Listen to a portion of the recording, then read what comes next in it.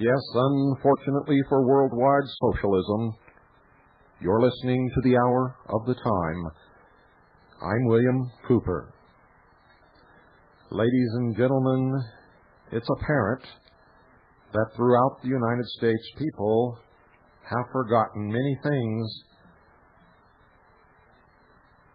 And, of course, many of you never knew these things to begin with. And so you don't know.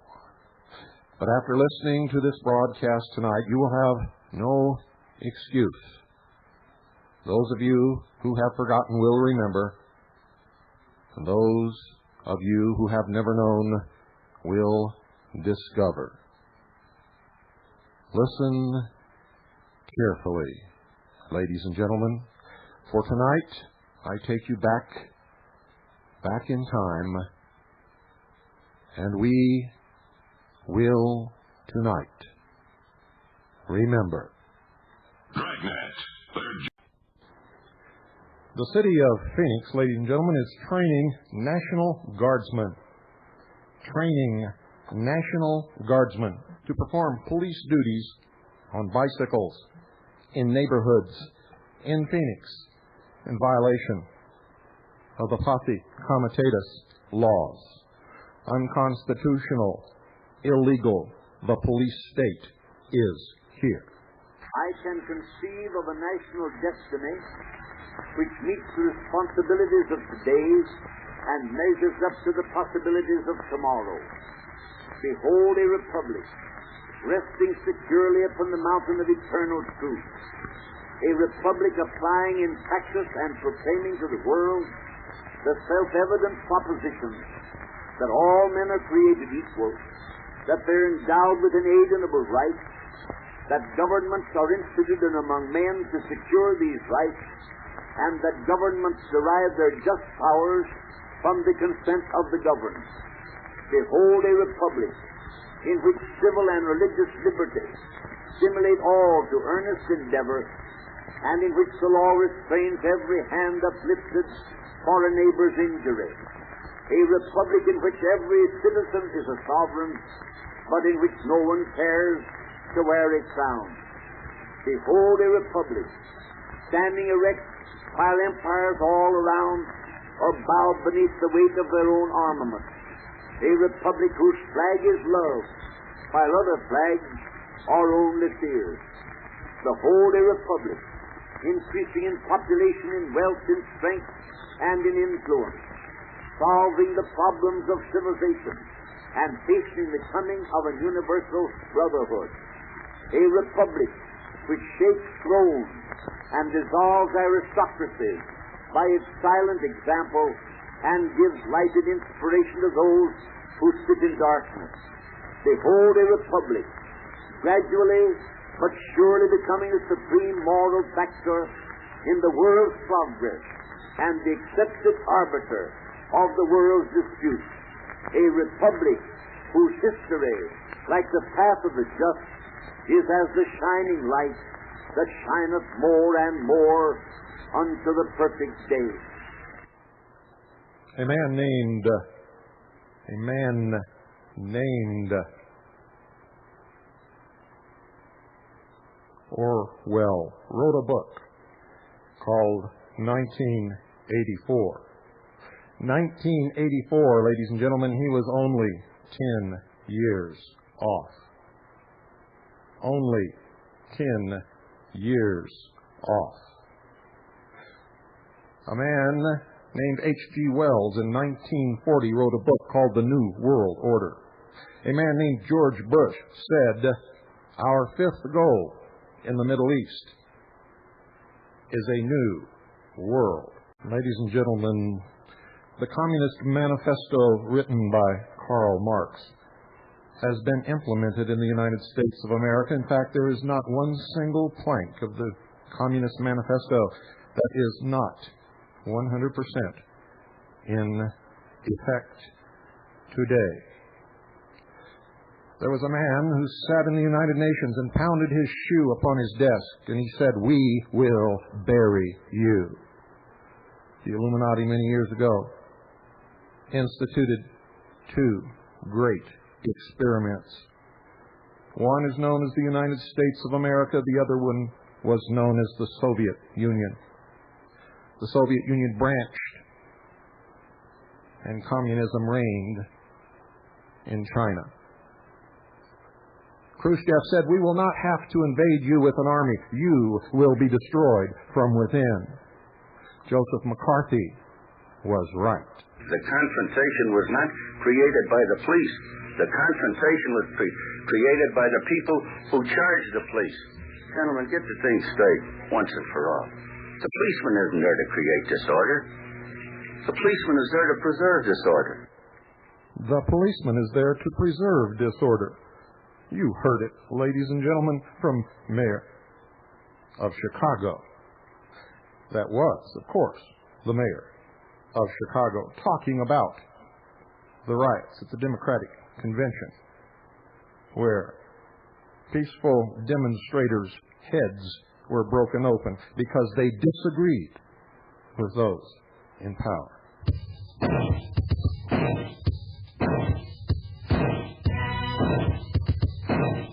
Treason. This is not our government. This government is full of traitors and is committing treason on a daily basis. There used to be a requirement that all government workers take an oath of allegiance to the Constitution of the United States of America. After Joseph McCarthy was vilified by the press, and after he was driven from Congress in ruins, that oath was thrown in the trash can. There are some dark pages in the history of the white man's dealings with the Indian, and many parts of the record are stained with the greed and avarice of those who have thought only of their own profit. But it is also true that the purposes and motives of this great government and of our nation as a whole toward the red men have been wise, just, and beneficent. The remarkable progress of our Indian brothers toward civilization is proof of it, and open to all to see. During the past half-century, you have seen the schoolhouse take the place of the military post on your reservations. The administration of Indian affairs has been transferred from the military to the civil arm of the government. The education and industrial training the government has given you has enabled thousands of Indian men and women to take their places in civilization alongside their white neighbors. Thousands are living in substantial farmhouses on their own separate allotments of land. Hundreds of others have won places of prominence in the professions, and some have worked their way into the halls of Congress and into places of responsibility in our state and national government. 30,000 Indian children are enrolled in government, state, and mission schools. The great white father now calls you his brothers, not his children, because you have shown in your education and in your settled ways of life staunch, manly, worthy qualities of sound character. If you're an American Indian, stand with us. You know the lies. You have lived with the lies throughout your history in dealing with this government. They gave you the worst lands to live on and told you that you would be sovereign nations in your treaties. And they broke treaty after treaty after treaty. And then when they found out that the worthless, terrible land that they gave you held the greatest amount of natural resources that can be found in this country, they then began plotting to take the land back away from you. And they've used you for medical experiments and for experimentation with biological warfare agents throughout the years. To arms, form your militias. Stand with us for freedom. We must protect the country from brook and hill. In the two great experiments in the Soviet Union, the seed of democracy was planted in the mind of the intellectual in the United States of America.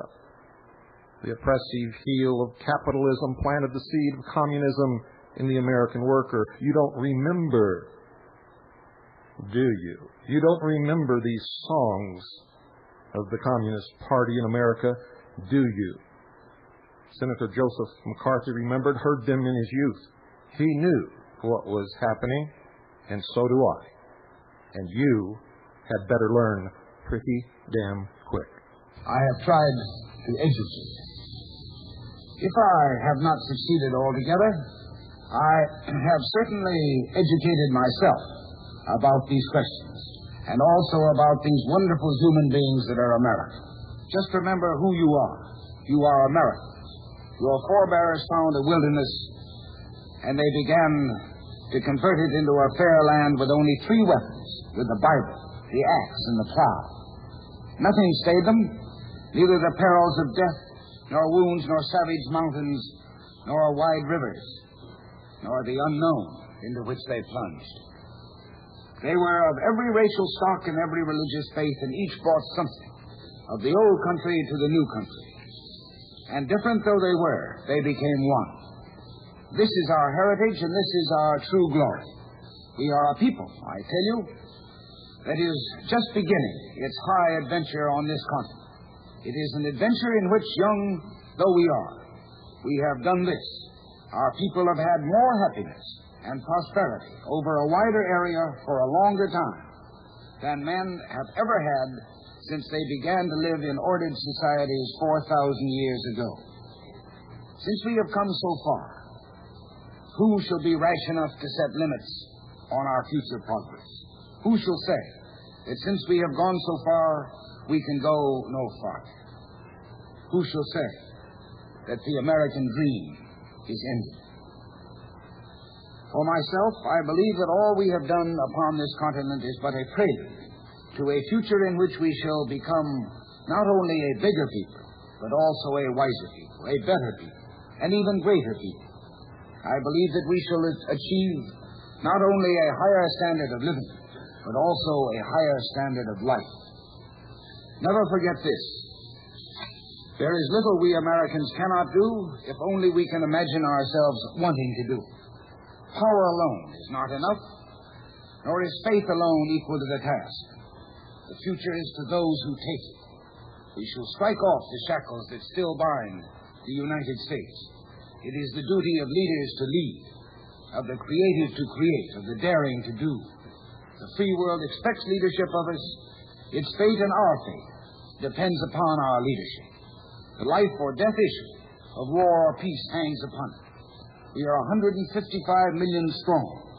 We are industrious, inventive, restless, with the fires that burn within us. We are free-striding people with a confident, free-swinging stride that marks the American everywhere he goes upon this earth. We are conquerors of time and of distance. We have explored the awful jungles of matter and emerged with the powers of the exploding sun. Our cause is just. Our heart is high. And let us then, I say, press forward toward the new world that we can create in the name of America and of suffering humanity still in chains. Now you say words, beautiful words. But how do we do all of this with a staggering budget of heavy taxes, surrounded by the communist menace, and enfeebled Europe, Asia in ferment, our boys in war, training for war? Well, I say that nothing is easy, and the best things are the hardest. But consider what it was done at Valley Forge, what was done in the dark days of dissension and disaster, in the Civil War, in the 2 world wars, when the very survival of Western civilization trembled, and in the Depression. There is nothing new, only different, and all our troubles, all our immense difficulties, now and in the future, can I say, be solved if we have the will, the courage, the boldness to face them squarely. To use Seneca's phrase, man is more than a rational animal. And invoking the guidance of Providence, rational men, animated by the destiny of greatness, can think and can act and can do greatly. Thank you. Freedom for men and women to live free in this world requires constant vigilance. Constant vigilance and great personal sacrifice. If freedom was worth this vigilance and this sacrifice for our forefathers and all those who have laid down their lives for this country, what is wrong with you?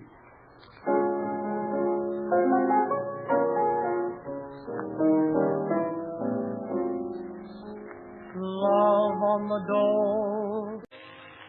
They're wrong, folks. When the communists wrote and sang that song in the streets of America, there was no such thing as love on the dole until they created the welfare state. And the welfare state was created in such a way that it became profitable to make love on the dole, for with each illegitimate child born, there was more money in the paycheck. Now, I don't seek the presidency to strip this nation of its defenses or to abandon the cause of freedom around the world. I seek the presidency so that this nation will be strong enough to deter war and determined enough to encourage freedom. I ask your help and the help of all Americans so that an American president can tell Nikita Khrushchev, "You are wrong. Our children will not live under communism. Your children will live under freedom."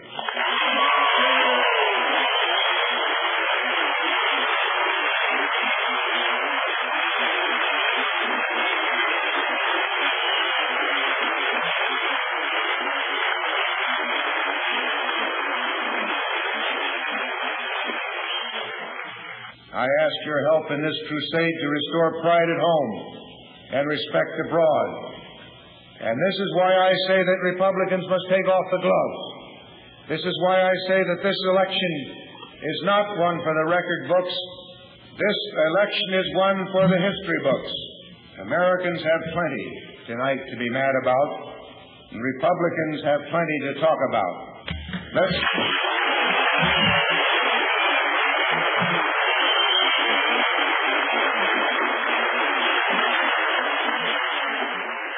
Let's get on with the job of winning this election. We'll never have a better chance, and we'll never face a clearer choice. Thank you.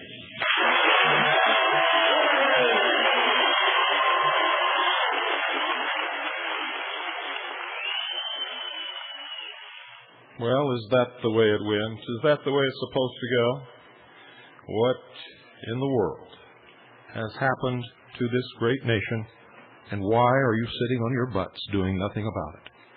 Have you all forgotten? If you have, tonight is the night to remember. Ladies and gentlemen, this war in which we're now engaged cannot be a war between America's two great political parties. As I've often said in the past, certainly the millions of loyal Americans have long voted the Democrat ticket. Love America just as much. They hate communism just as much as the average Republican. I'm not going to discuss politics tonight. I am going to discuss this war in which we've been engaged for 105 years. A war declared by Karl Marx in 1848, redeclared and brought down to date by Lenin, again redeclared by Stalin, and again redeclared by the Kremlin within the last 5 or 6 weeks. Keep in mind also, my good friends, that as of tonight, we are not winning this war. Keep in mind that 106 years ago, when this war was declared, you could number the active communists on the fingers of both your hands. 97 years later, in 1945, you couldn't number them on the fingers of both your hands. The number then was 180 million human souls. As of tonight, the 17th day of March 1954, just 8 years later, the figure is not 180 million. As of tonight, the figure is 800 million people. 800 million people in communist slavery. My good friends, no brutalitarian force has ever achieved that success before in the history of this world. Christianity in 2,000 years has not been that successful. But let's keep in mind, my good friends, that this is something not far from you, the people in this audience here tonight. Now, let's get down, if we may, to what we're doing about it today. As you know, some of us in Washington have been sent down there. Men like that grand old man of the Senate, the great Democrat Pat McCarran, men like Bill Jenner and others have been trying to slowly dig out, to expose to the public view those who would destroy this nation.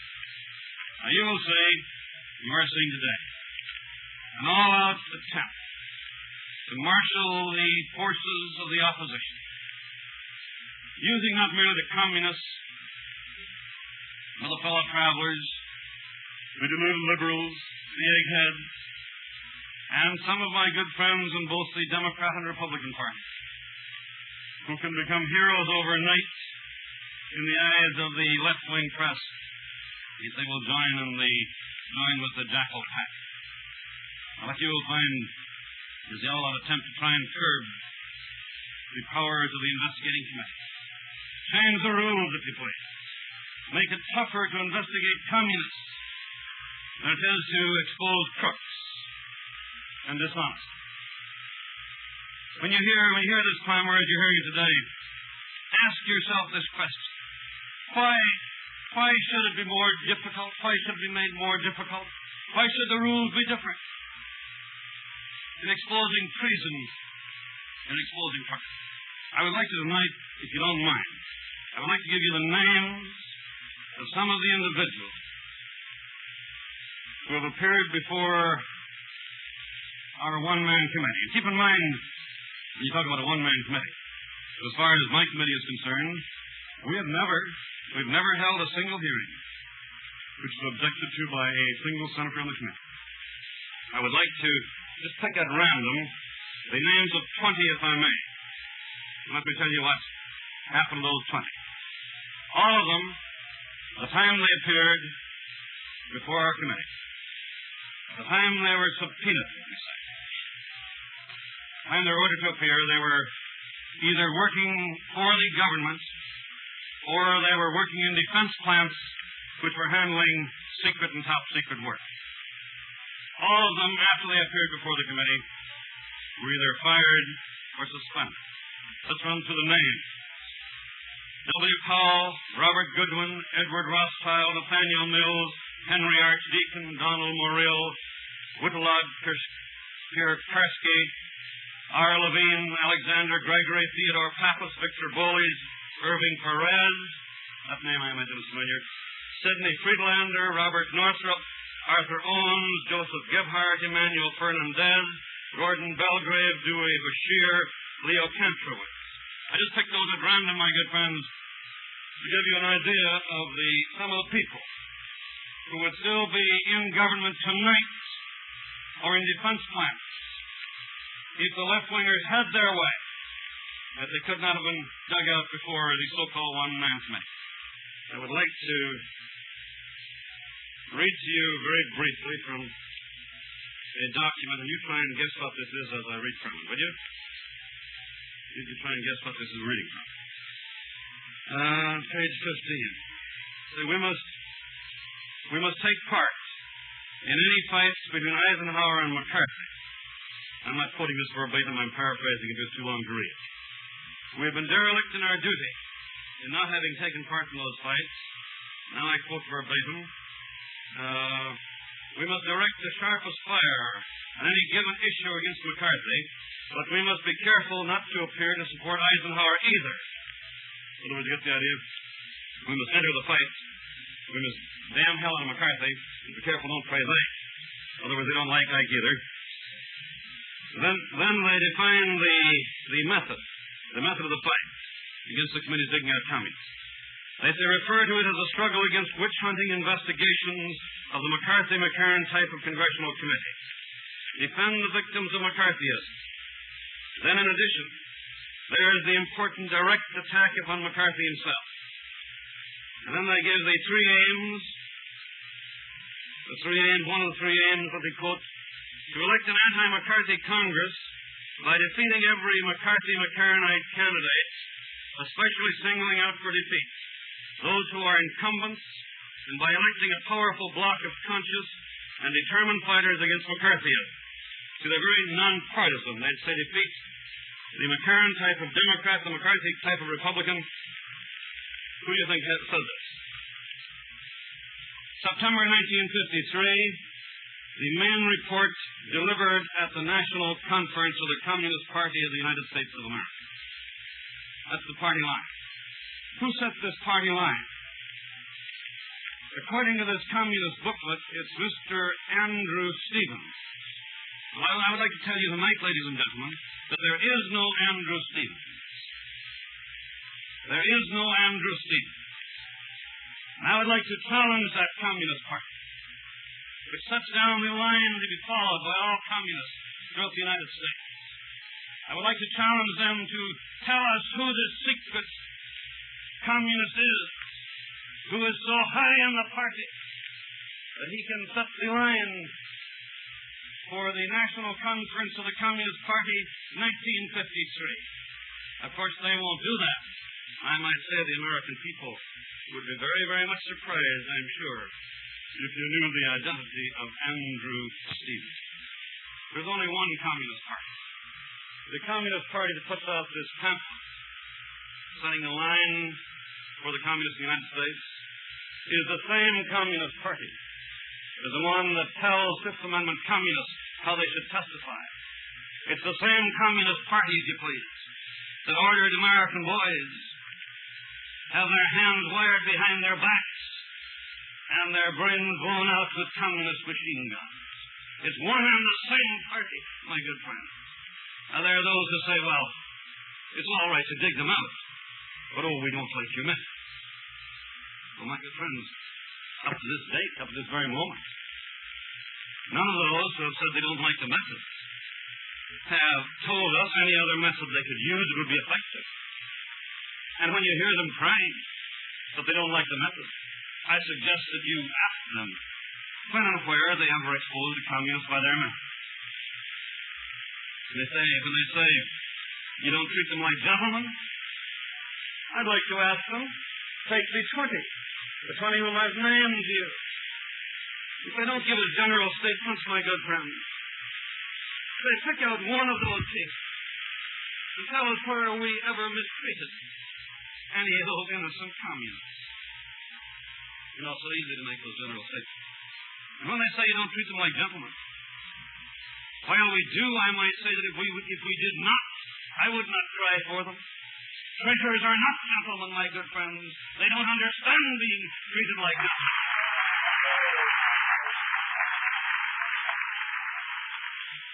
May I say to you, my good friends, tonight, to the American people, I don't care.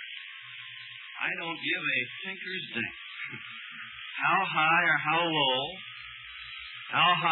low people in either the Republican or Democrat Party, either party, are unhappy about our methods. This fight is going to go on as long as I am in the United States Senate. I've often been asked by some of my friends why I continue this contest, and at times the odds seem very high against you. About 20 years ago, it was more than that, 25 years ago, I was a chicken farmer back in Wisconsin.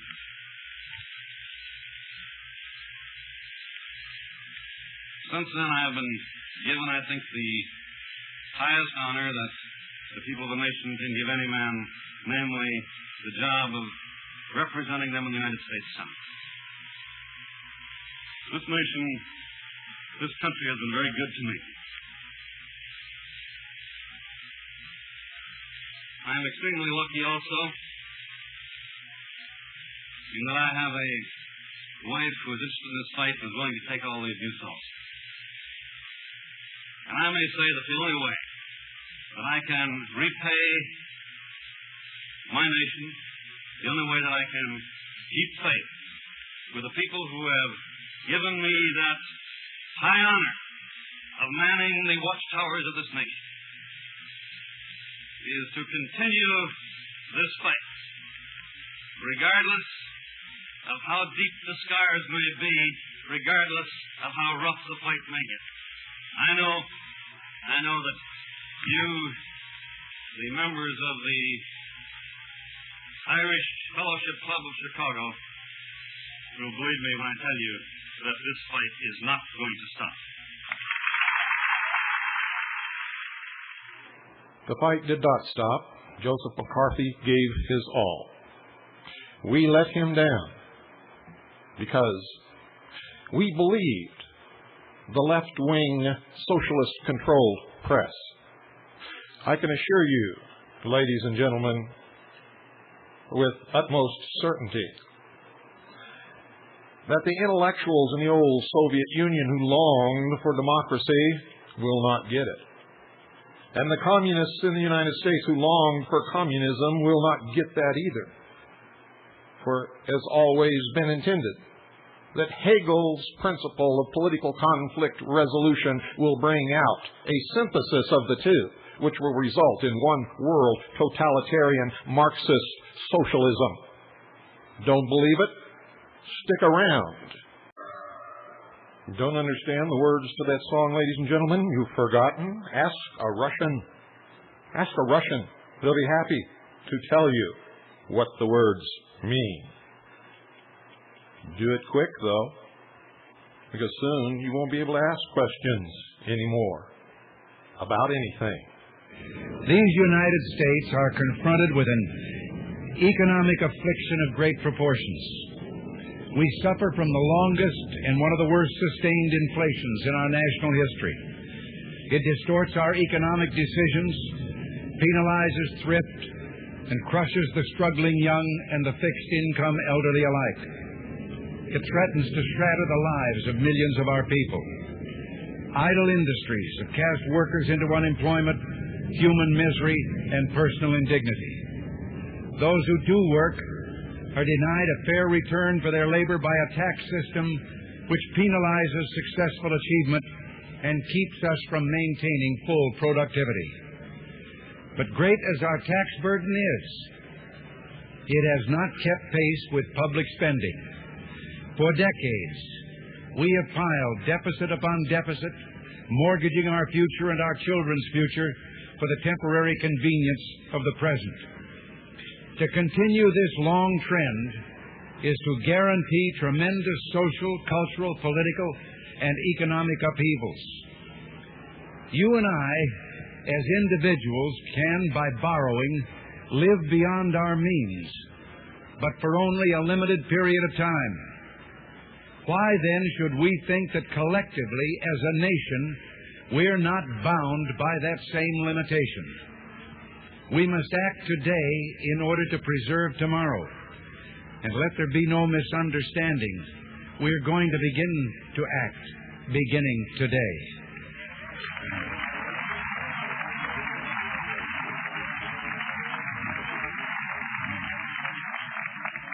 The economic ills we suffer have come upon us over several decades.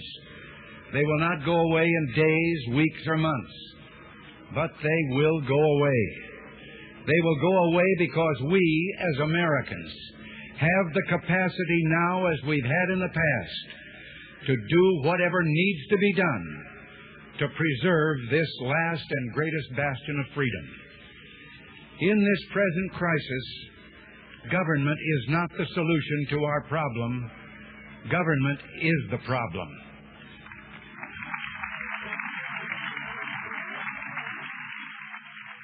In the greatest acting role of his life, Ronald Reagan told the truth to get elected, and then during his 8 years in office, did everything in his power to increase the size of government.